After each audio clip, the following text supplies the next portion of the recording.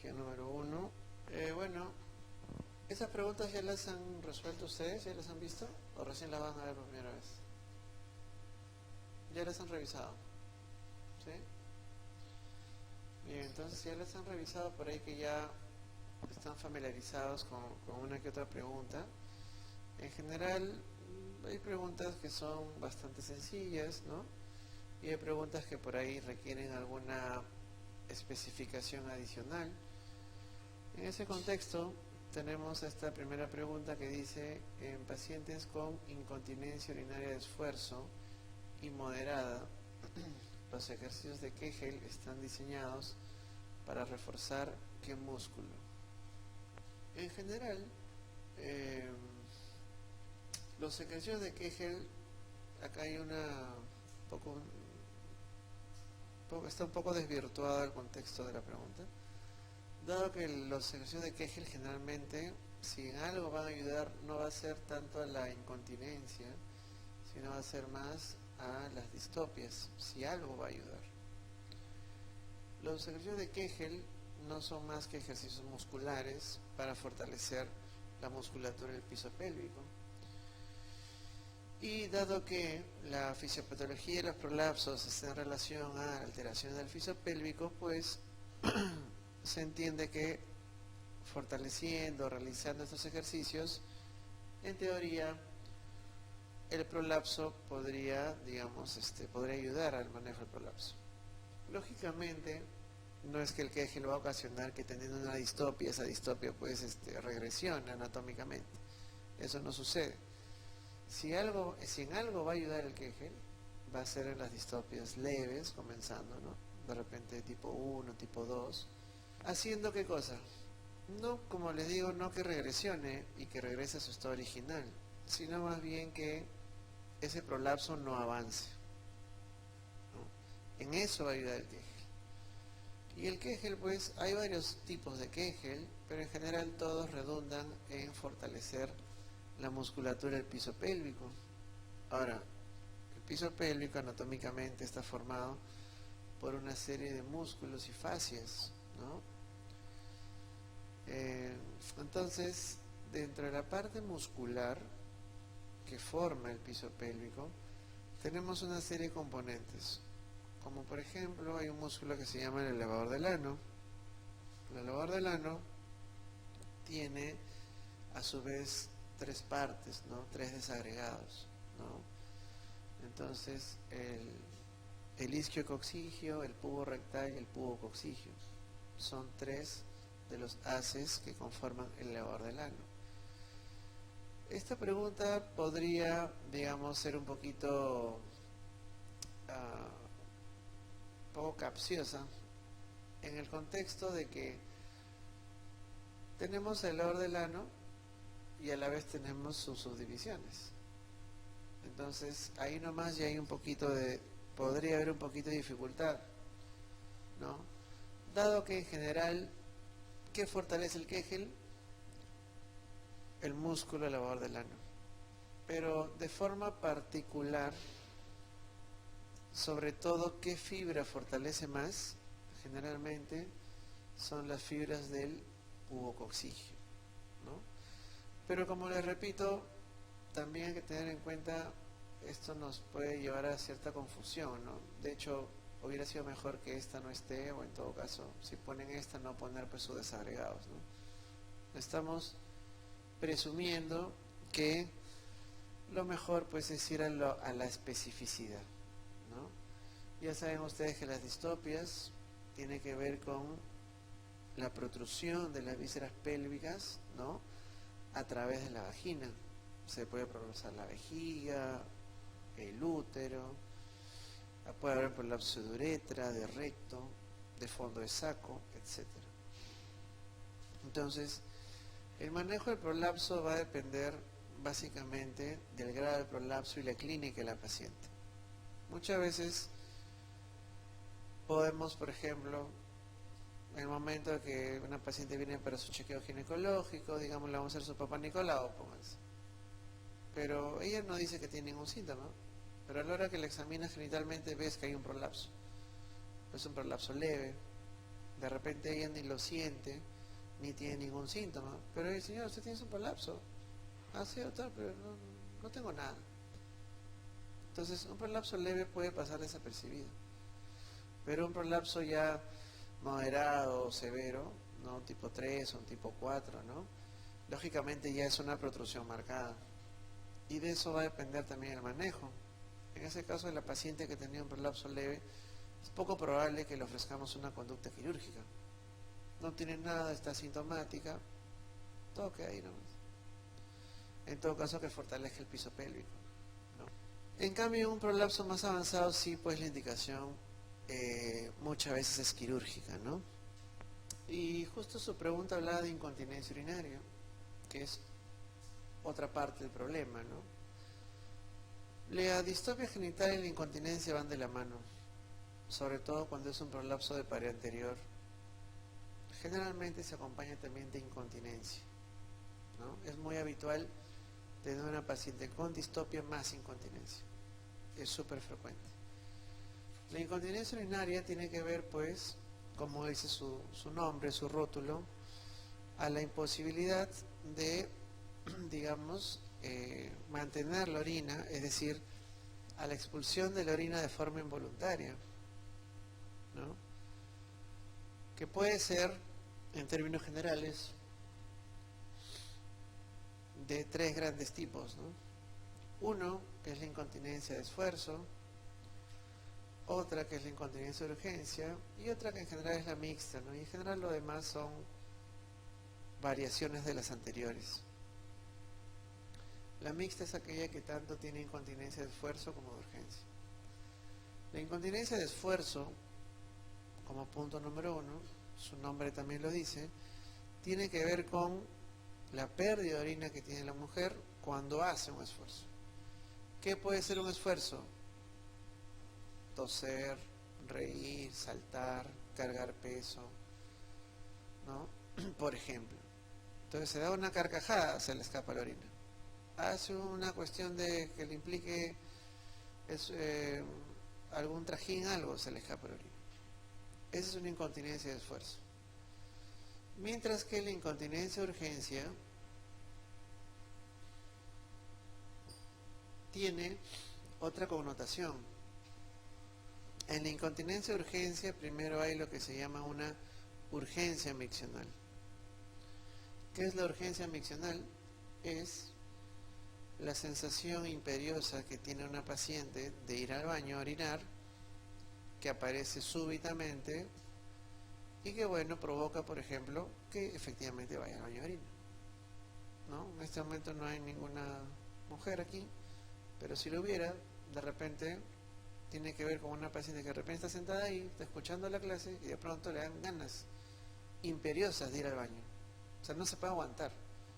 Se para y efectivamente va al baño. Eso se llama urgencia miccional. ¿Cuándo se llama incontinencia de urgencia?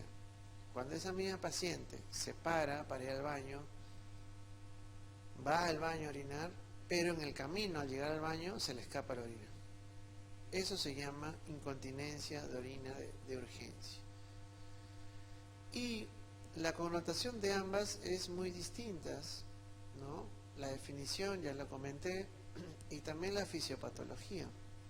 La fisiopatología de la incontinencia de esfuerzo tiene mucho que ver con un problema anatómico, ¿no? Sobre todo con una situación especial que se llama con una hipermovilidad uretral, ¿no?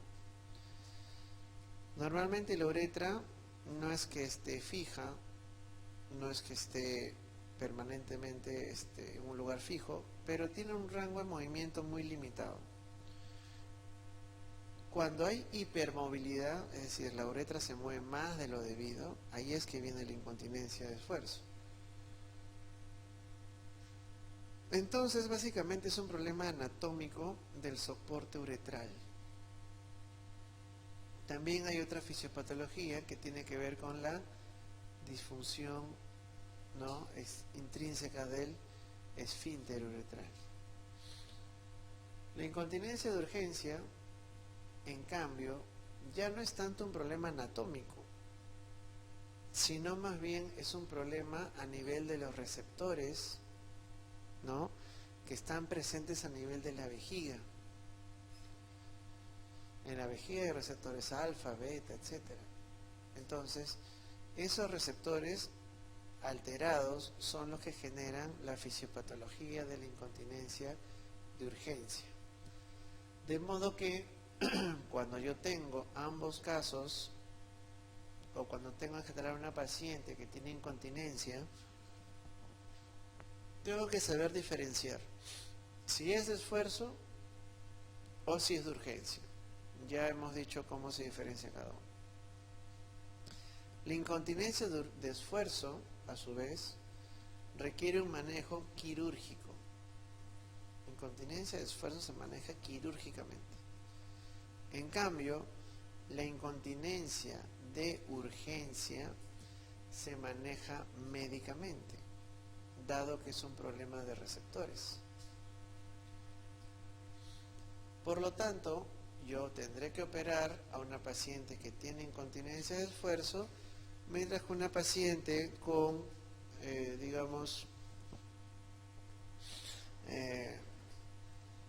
con incontinencia de esfuerzo, no será necesariamente operación, sino tiene que ser o tendría que ser un manejo médico, no un manejo a nivel de receptores. Muy bien, entonces, por ejemplo, en la incontinencia de esfuerzo, les dije que tenía que ver con un defecto anatómico que permitía que la uretra se moviera un poquito más de lo debido. Hay algunas teorías que justifican la aparición de esta incontinencia de esfuerzo, como es la teoría del ángulo uretrovesical, ¿no? La teoría de mantenimiento de la uretra proximal intraabdominal, o la teoría de Enhorning, la teoría de la hamaca o del soporte uretral, o la teoría de Lancey, y la teoría integral que fue dada por Peter Petros, ¿no?, hace algunos años, ¿no? Yo recuerdo mucho que, por ejemplo, a mí en la facultad me enseñaron el ángulo de uretrovesical como justificación para la incontinencia de esfuerzo, lo cual ya cayó en desuso, ¿no? Ya nadie habla de esa angulación, o sea, ya eso ya fue ese tiempo, ¿no? El mantenimiento de la uretra en la parte abdominal también es una teoría que ha caído en desuso. Y ahora lo que se habla más es la teoría de la hamaca uretral, que también tiene que ver un poco y se relaciona mucho con la teoría integral. Es decir, la uretra, como ven en la gráfica, tiene un soporte, y efectivamente como si fuera una hamaca, donde reposa la uretra. Entonces, es esta hamaca suburetral la que le da esa posición a la uretra, que no es fija, no es, no es que no se mueva nada tampoco, pero tiene que moverse en un rango limitado de angulación. Mientras que la incontinencia de esfuerzo, de esfuerzo, sí digo bien, entonces pues tiene que ver su fisiopatología con hipermovilidad uretral o con una disfunción intrínseca del esfínter. Dice, en pacientes con episodios de metrorragia disfuncional severa, ¿cuál sería la conducta terapéutica inmediata? ¿Qué opinan ahí? Como son pocos, incluso si gustan, comenten lo que creen ustedes, lo que han marcado, y lo podemos discutir, ¿no? Como son poquitos, se puede hacer más incluso y más provechosa esta charla. Metrorragia disfuncional severa. ¿Qué cosas se debía hacer o se debe hacer?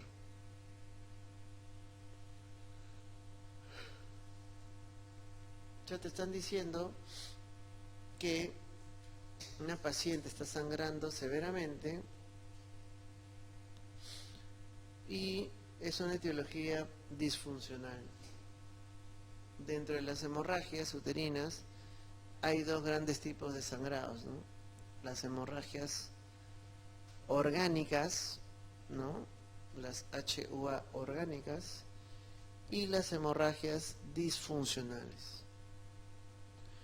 Una hemorragia orgánica, por ejemplo, es aquella hemorragia que tiene una justificación orgánica como causa del sangrado, ¿no? Por ejemplo, una paciente viene con sangrado, de repente yo le hago una ecografía extravaginal y veo que hay un mioma submucoso. Ya pues, esa es la causa del sangrado. Es una HUA orgánica. Pero también hay pacientes en donde, por ejemplo, no se dilucida una causa orgánica. Yo le hago la ecografía, todo bien, todo normal, útero bien, trompas bien, ovarios bien, cuello bien, espéculo, vagina todo bien. Es decir, no hay algo que justifique por qué la paciente está sangrando. Eso se llama una hemorragia disfuncional. Pero entonces, ¿por qué sangra? Porque la hemorragia disfuncional tiene que ver no con un problema anatómico, sino con un problema de disfunción del eje hipotálamo hipófiso ovárico. Entonces, eso es lo que provoca el sangrado por disfunción, una sangrado, un HUA disfuncional, una hemorragia disfuncional. Y esto es importante porque también va a diferir el manejo de una paciente con un HUA orgánica y con una hemorragia disfuncional. Particularmente aquí les dicen que hay un sangrado disfuncional severo. No te dicen que hay una causa orgánica. Es una hemorragia disfuncional pero severa. Está sangrando, sangra y sangra la paciente. Probablemente está anémica, de repente hay que transfundirle sangre, de repente está chocada o a punto de chocarse. ¿Qué cosa hay que hacer en ese contexto? Lo que hay que hacer es rápidamente un legrado, ¿no? Un legrado, rápidamente. Hay que hacer un legrado, porque la paciente sigue sangrando, ¿no? Algunas características importantes con respecto a la menstruación, por ejemplo. ¿Cuál es la duración de la menstruación? De 4 a 6 días, en promedio, una mujer promedio.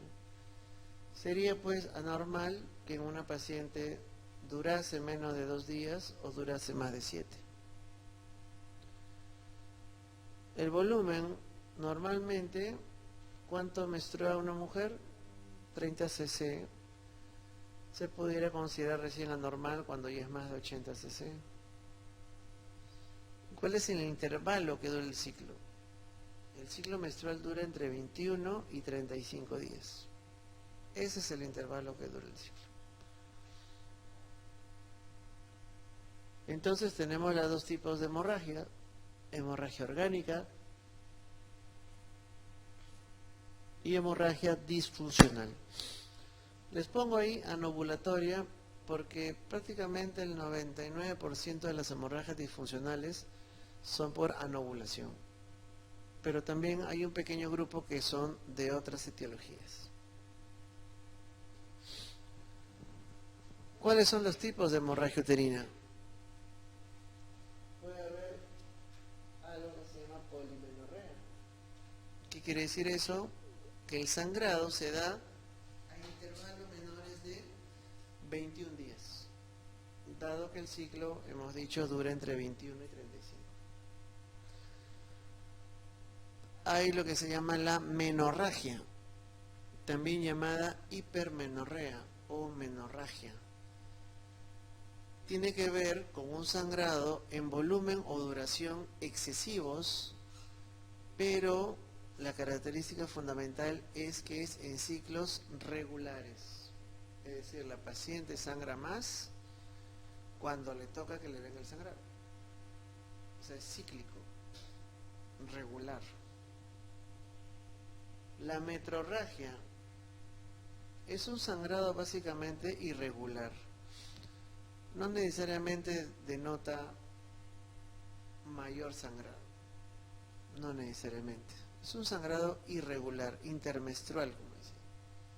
De repente la paciente esperaba que le venga la regla el día 20 de junio pero el 5 tuvo un sangrado, es una metorragia intermenstrual. Menometorragia, un poco combina los dos anteriores.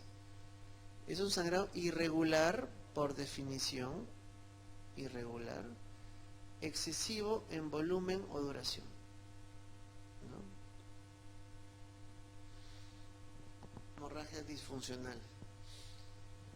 Les decía que la hemorragia disfuncional no tiene un contexto anatómico, sino más bien una justificación hormonal.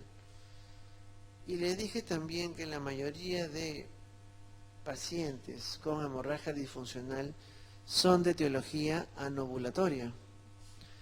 ¿Qué pasa cuando una paciente tiene anovulación? En el endometrio, ¿qué está sucediendo?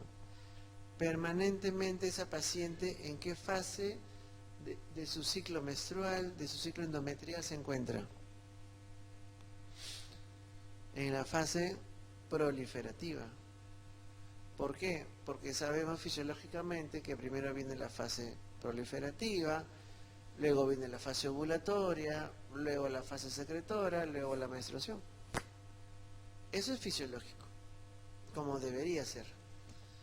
Pero si la paciente no ovula, ¿qué significa eso?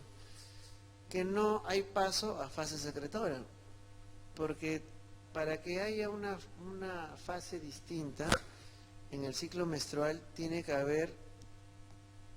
haberse dado la fase inmediata anterior. Por ejemplo, tú no puedes tener ovulación si no ha habido fase proliferativa. Tú no puedes tener fase secretora si no ha habido ovulación. Entonces son fases interdependientes. Dado que la hemorragia disfuncional sucede en mujeres con anovulación,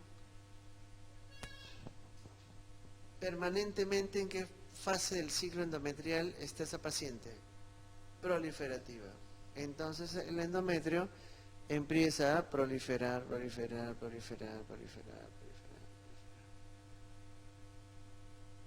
Como nunca llega a ovular, sigue proliferando. ¿Hasta dónde? Hasta que va a llegar un momento en que la vascularización no se va a dar el abasto de irrigar el tan alto espesor que ha logrado el endometrio. Por lo tanto, las zonas distales de ese endometrio o altas de ese endometrio no les va a llegar vascularización. Por lo tanto, ¿qué va a pasar? Se van a necrosar y por lo tanto, ¿qué va a pasar? Se van a desprender y eso pues es el sangrado disfuncional. Se está cayendo ese endometrio que está sumamente proliferado, producto de que la paciente tiene anovulación. Y es así que sucede un HUD o hemorragia disfuncional.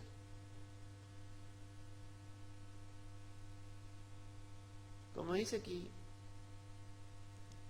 uno nunca piensa en un HUD en primera instancia, ¿no?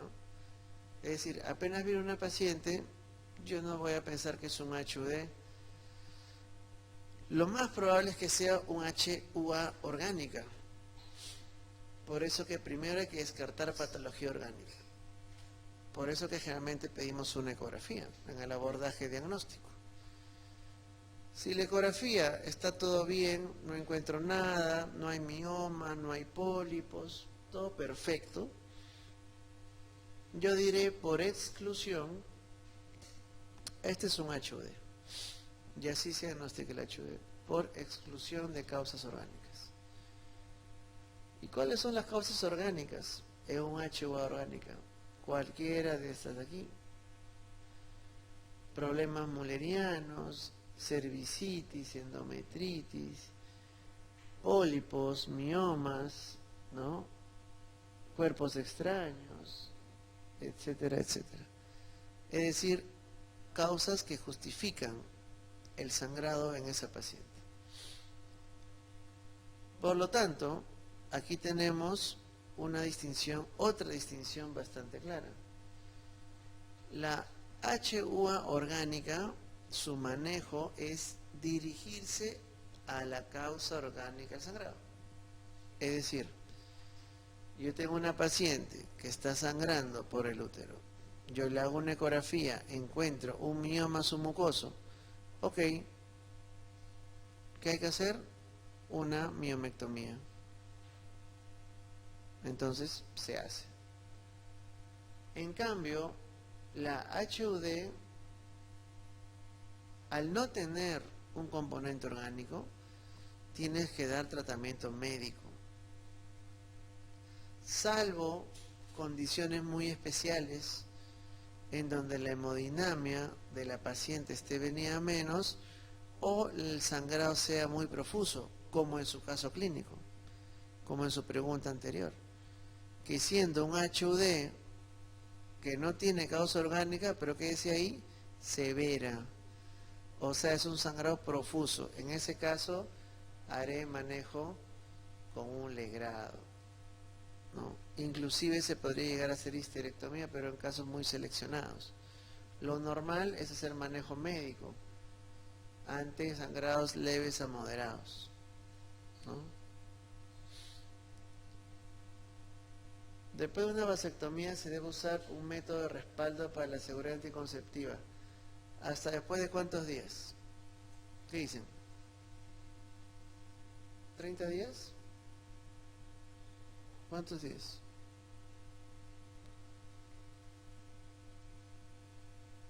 Generalmente la mayoría de recomendaciones dicen por 90 días.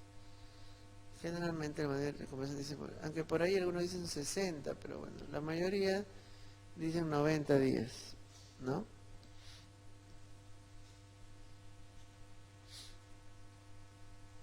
Esta es una paciente de 36 años, con amenorrea de 6 meses. Se plantea el diagnóstico de menopausia precoz si se encuentra el nivel hormonal D. ¿Qué opinan aquí?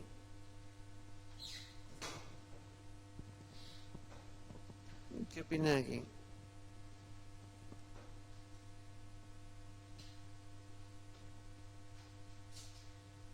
Menopausia precoz, dicen, ¿no? Menopausia precoz. ¿Qué es la menopausia precoz? Cuando la paciente llega efectivamente a la menopausia, pero de una manera anticipada. ¿Cuándo? ¿Cuándo llamamos precoz? Cuando se llega a la menopausia antes de los 40 años. A eso se le llama menopausia precoz. ¿Y qué cosa va a ocurrir en el contexto de una paciente con menopausia precoz?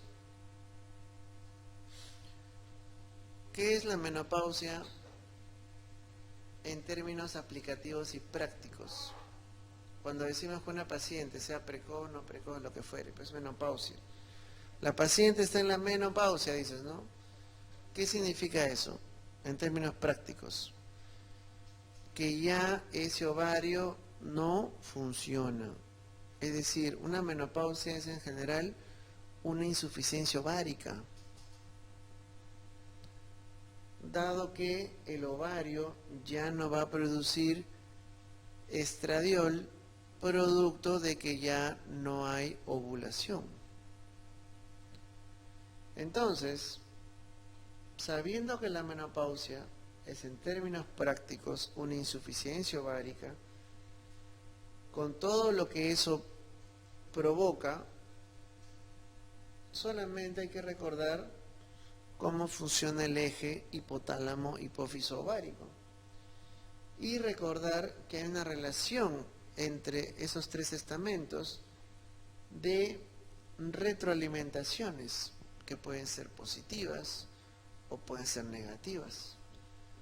Por lo tanto, si yo tengo una paciente en menopausia, que en este caso es menopausia precoz, o sea, antes de los 40 años, hemos dicho que por definición una menopausia significa que el ovario no funciona, no produce estradiol. Si no produce estradiol, ¿cuál va a ser el mensaje que va a mandar el ovario a la hipófisis? Que lo sigue estimulando para producir más. Es decir, le dice, estimúlame. Capaz si me estimulas voy a producir estradiol. Lo que se llama un feedback negativo. Por lo tanto, ¿qué hace la hipófisis? Empieza a mandarle gonadotropinas a 1000. ¿Para qué? Para intentar producir estradiol. No lo va a llegar a hacer, pero igual la hipófisis va a tener esa intención. Por lo tanto, ¿qué cosa vamos a encontrar alterado bioquímicamente en una mujer menopáusica? La FSH súper elevada. Ese es un hallazgo clásico, típico, característico de una paciente en la menopausia. Igual, por ejemplo, pueden hacer ustedes, ¿no? Hay pacientes, pues y pacientes, ¿no? Hay pacientes que, por ejemplo, quieren que uno le diagnostique menopausia con una prueba, ¿no? Doctor, pero yo no le creo, yo no sé, de repente sí estoy en la menopausia, pero quiero ver, hagamos alguna prueba para saber realmente. ¿Qué le dosan? FSH le pides. Si el FSH está más de 40, señora, aquí está tu resultado, confirmado, estás en la menopausia. Es muy típico esa elevación de las gonadotropinas. Como les digo, eso está en base a reconocer, a saber, recordar el funcionamiento del eje hipotálamo hipófiso ovárico. El hipotálamo genera, secreta la GnRH que va a estimular a la hipófisis para que produzca gonadotropinas, FSH y LH. La FSH estimula, como dice su nombre, folículo estimulante, la estimulación y el desarrollo folicular, ¿no? La gonadotropina FSH estimula unas células foliculares especiales, ¿no? ¿Cuál es el nombre de esas células que estimulan el FSH? Dentro del folículo. ¿Qué células estimulan el FSH? Las células de la granulosa. Las células de la granulosa, sobre todo, son las que más son estimuladas por FSH. Y la LH, sobre todo, estimula las células de la teca. Hay que recordar que a partir de eso, entre las células de la granulosa y células de la teca, eso es lo que se llama la teoría de las dos células, ¿no? En donde se va a producir estradiol y se van a producir andrógenos, ¿no? Entonces, si hay poco estradiol, manda la señal a la hipófisis para que lo estimule más. Feedback positivo o negativo. Feedback negativo, ¿no? Es por eso que en la paciente menopáusica que ha caído la producción estrogénica, funciona el feedback negativo y empieza a producirse más gonadotropinas. Eso es lo habitual. Por ejemplo, ¿recuerdan ustedes en qué caso, ya fuera de la menopausia y eso, pero fisiológicamente, en qué caso hay un feedback positivo? ¿En qué etapa del ciclo menstrual hay un feedback positivo? Porque siempre se nos habla de feedback negativo, ¿no? Pero el positivo, ¿en qué momento ocurre? Es importante recordar eso. Bueno, entonces, el feedback positivo, ¿a qué se refiere? ¿O en dónde se da, por ejemplo? Se da, por ejemplo, en la parte de la ovulación. En la ovulación, al momento de la ovulación, tiene que haber un feedback positivo. Dado que para que ocurra la ovulación ¿qué requisito debe pasar? Bioquímicamente hablando, hormonalmente hablando. ¿Cuáles son los requisitos para que ocurra ovulación fisiológicamente? ¿Qué tiene que haber? Tienen que haber dos cosas. Tiene que haber un pico de estradiol y tiene que haber un pico de LH. Si no se dan ambas cosas, no va a haber ovulación. Ahora, pero ¿cómo va a haber un pico de estradiol y a la vez un pico de LH? Si se supone que si hay mucho estradiol, el feedback negativo hace que la LH disminuya. Y justamente es por eso es que ese es un feedback positivo. Porque a pesar que se están produciendo grandes cantidades de estradiol en el folículo dominante, eso hace un feedback positivo a la hipófisis para que siga produciendo LH. Entonces ahí se da los dos requisitos de la ovulación: el pico de estradiol, el pico de LH y la consecuente ovulación. Dice, las razones para recomendar el condón masculino son las siguientes, excepto. ¿Cuál sería la excepción? O sea, mejor dicho, ¿cuál no es una razón? ¿Qué dirían ahí? Económico, dicen, y no necesita prescripción. ¿Qué opinan? ¿Verdadero o falso? Produce lo que se llama una doble protección, ¿no? Es decir, te impide el contagio de ITS y a la vez impide un embarazo no deseado, ¿no? Que es un poco lo que dice la teoría C también, ¿no? ¿Protege contra ITS? Sí, protege. No necesita vigilancia médica especial. ¿Qué dicen? ¿Verdadero o falso? Claro, pues, o cuando estás en plena situación llamas a tu médico, doctor, ¿puede venir a poner el preservativo? No sucede, ¿no? ¿Qué es lo que es falso, ¿no? Que tiene una alta tasa de eficacia como método anticonceptivo. No, lógicamente que no, ¿no? Entonces cuando una mujer va a la consulta a pedir método anticonceptivo, ¿acaso no le dice usa preservativo? No, porque el preservativo tiene un índice de PER muy alto. Entonces, claro, si ella desea, ya pues otra cosa, ¿no? O si tiene mucho riesgo de promiscuidad, también, ¿no? Pero en general hay métodos que son mucho mejores que el preservativo. Y eso tiene que ver con recordar un poco los tantos métodos que hay de anticoncepción, ¿no? Como son el método del moco cervical,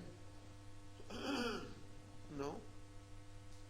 En donde básicamente la mujer tiene que reconocer su moco, y el moco periovulatorio, es decir, cuando hay riesgo de embarazo, es un moco filante, producto de el efecto estrogénico. Hace que el moco sea filante, se estira, se elonga, ¿no? Método del calendario, ya es bien conocido por ustedes, ¿no?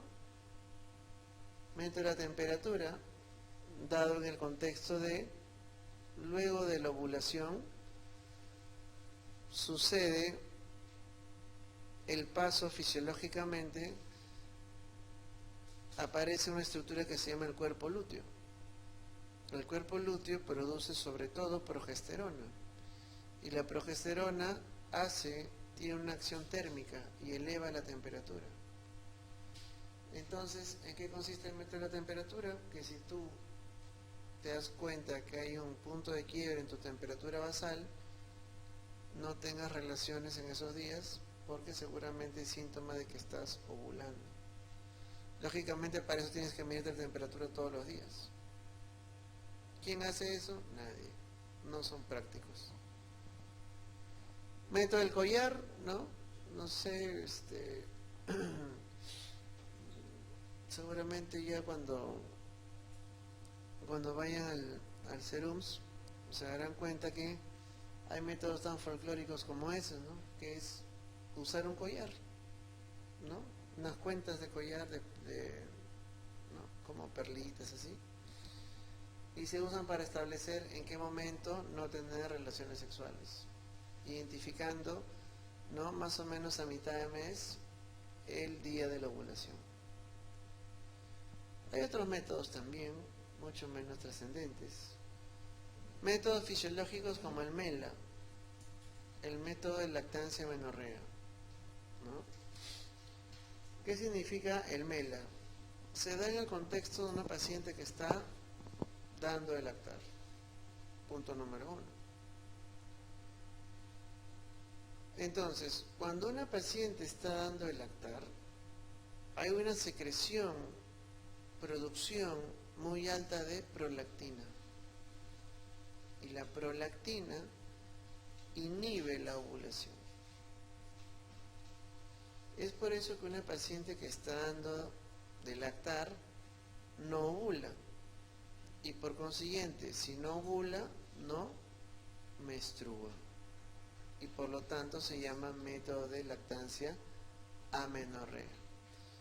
Pero para que tú uses ese evento de estar dando de lactar como un método anticonceptivo, tiene que tener ciertos requisitos importantes. Es decir, no toda paciente que está lactando necesariamente está en MELA.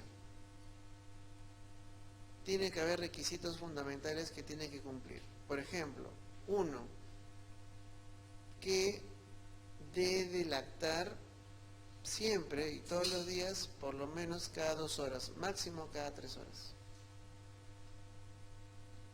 Segundo requisito, que esté en amenorrea. Claro, porque puede ser que una paciente está dando de lactar, pero al mes que está dando de lactar empieza a menstruar. ¿Qué significaría esa menstruación al mes que empezó su lactancia? Que esa paciente ya empezó a ovular, que esa paciente ya empezó a ovular. Por lo tanto, se puede embarazar. Entonces tiene que estar en amenorrea, segundo requisito. Y tercer requisito, máximo se usa por 6 meses. Entonces esos requisitos son indispensables para que la lactancia funcione como método anticonceptivo. ¿Ya? Algunos lo usan o algunos prefieren también pues usar un método, digamos, más estándar, no más hormonal, ¿no? Entonces, por ejemplo, si tú tienes una paciente que está dando de lactar, ¿no?, y te pide que tú le des un método anticonceptivo, de repente ya está a los 8 meses de lactancia, ya sabes que el MELA no le sirve, ¿qué anticonceptivo le darías? ¿Qué le darías? ¿Alguien me puede decir la hora, por favor? La hora. 4 y 6, ya estamos bien. ¿A qué cosa le darían a una paciente puérpera?